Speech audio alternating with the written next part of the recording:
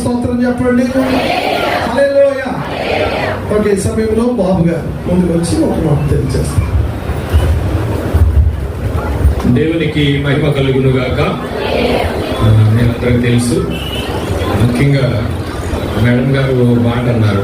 ఆ రోజు చాలా వైభవంగా జరిగింది మా ఆఫీసర్స్ దాంట్లో. సులోచన గారు నాకు తెలుసు, గుర్తుపట్టకపోవచ్చు, నేను డాన్స్ పెట్టినమ్మా ఆర్య లక్ష్మణరావు గారు స్టూడెంట్. Right, okay. ఆ రోజు నిజంగా మెడికల్ కాలేజ్లో ఇంత వైభవం లేదు చెప్పాలంటే. ఎందుకంటే అందరూ క్రైస్తవ జనాంగం లేక ఆవిడ బాధపడ్డారు ఒక విధంగా అయితే నాకు తెలుసు. ఎందుకంటే చాలా అఫీషియల్ గా జరిగింది. ఈ రోజు ఒక మంచి మాట వ్యక్తం చేశారు. ఏంటంటే అక్కడ ఆ రోజు మీరు అందరూ లేరు కనుక ఇబ్బంది పడ్డారంటే ఇప్పుడు మీరు అందరూ ఉన్నారు కనుక ఇంకా సంతోషిస్తున్నారు. దేవునికి మహిమ కలుగును గాక.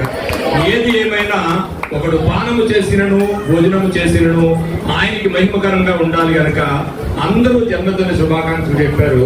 నేను ఒక్క మాట దేవుని వాక్యం చెప్పి నేను 2 నిమిషాల్లో ముగిస్తాను. సంఖ్యాకాండము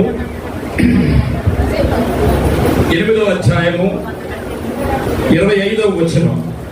ఇందాక మాట్లాడుతూ మేడం గారు ఏమన్నారంటే రిటైర్మెంట్ 60 సంవత్సరాలకు కాదండి, 50 సంవత్సరాలు వచ్చేటప్పటికే అయిపోద్ది. 50 సంవత్సరాలేనండి అని మాట్లాడారు. ఎందుకు మాట్లాడారో నాకు తెలియదు, కానీ అకార్డింగ్ బైబిల్ ఇట్స్ 100% కరెక్ట్. దేవునికి మహిమ కలుగును గాక. యేసు ప్రభు వారు పుట్టారు, 33.5 సంవత్సరాలు భూమి మీద ఉన్నారు. ఆయన ఆరోహణ వెళ్ళాడు. వెళ్ళిన తర్వాత క్రైస్తవులకి అనేకమైన హింసలు వచ్చాయి. ఆ హింసల తర్వాత రోమా ప్రభుత్వం నడుస్తూ ఉండి సీజర్ అగస్టస్ అనే ఒక చక్రవర్తి వచ్చాడు. క్రైస్తవులు జరిగిన హింసలు లేకపోతే రోమా ప్రభుత్వంలో క్రైస్తవులు జరిగిన హింసలు ఈ ప్రపంచంలో ఎవరు అనుభవించుండరు ప్రియులారా. అలాంటి సమయంలో 336 క్రీస్తు శకం జూలియస్ చక్రవర్తి అని ఆయన వచ్చి తన తల్లి ద్వారా ఈ గ్రంథరాజాన్ని నమ్ముకుని ఆయన గ్రంథం చదువుతున్నప్పుడు ఏం జరిగిందో తెలుసండి. సంఖ్యాకాండం వరకు వచ్చాడు. సంఖ్యాకాండం దగ్గర ఆగిపోయాడండి. ఎందుకో తెలుసిన, ఈ 8వ అధ్యాయం 25వ వచనం దగ్గర ఆగిపోయాడు. ఇప్పుడు చదవండి. అయితే 50 ఏండ్ల వయసు పొందిన వారు పిమ్మట వారు ఆ పని మాని ఊరకుండవలెను. వారు కాపాడవలసిన వాటిని కాపాడుటకు ప్రత్యక్షపు గుడారములో తమ గోత్రపు వారితో కూడా పరిచర్య చేయగలరు. కాబట్టి ఈ వాక్యానికి ముందు, ఈ 336 క్రీస్తు శకానికి ముందు వృద్ధుల యొక్క పరిస్థితి ఏంటో తెలుసా ప్రియులారా? చిత్రహింసలు పెట్టేదండి రోమా ప్రభుత్వం. అలాగే కల్చర్ లో కూడా చాలా మంది ముసలి వాళ్ళని చంపేసే కల్చర్ కూడా ఇప్పుడు ఉందండి.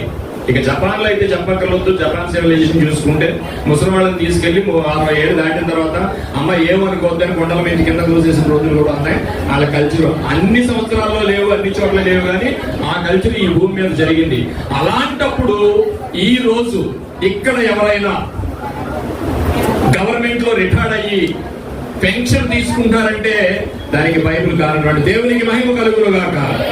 ఇంకేమనుకోకపోతే బైబిల్ దేవుడు అనంత జ్ఞాని గనక రాబో రోజుల్లో నా పిల్లలందరూ రిటైర్డ్ అవుతారని ఆయన పెట్టిన ఈ వ్యక్తియే ఈ పదవీ వివరణ దానికి సంబంధించిన ఏంటండి రిటైర్మెంట్ పెన్షన్స్. దేవునికి మహిమ కలుగును గాక. 50 సంవత్సరాలు ఎందుకన్నారో తెలియదు, కానీ బైబిల్లో 50 సంవత్సరాలు రాసిందండి. 50 సంవత్సరాల తర్వాత వాళ్ళకి ఏమి ఇవ్వాలంటే అందులో ఏం రాసి చూడండి. 50 సంవత్సరాలు దాటిన తర్వాత ఏ పని చేయమన్నాడు చెప్పండి. ఇప్పుడు ఆవిడ అదే చేస్తున్నారు, నేను చెప్తాను. వారు కాపాడవలసిన వాటిని కాపాడుటకు అంటే యాజకులుగా రిటైర్డ్ అయిన తర్వాత వాళ్ళు ఏం చేయాలి తెలుసండి. వాళ్ళకి ఏం పని చెప్పకుండా మీరు మీ పెద్దలు రిటైర్డ్ అయిపోయారు కదా, వాళ్ళకి ఏం చెప్పొద్దు.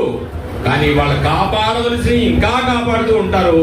కేవలం యాజకులుగా వారు పనిచేస్తూ మాట్లాడతారు తప్ప ఇంకేమీ లేదనే విషయాన్ని ఆయన చెప్పారు. ఆ 50 సంవత్సరాల మేడం గారు మీరు అన్నది 100% బైబిల్లోనే ఉందండి.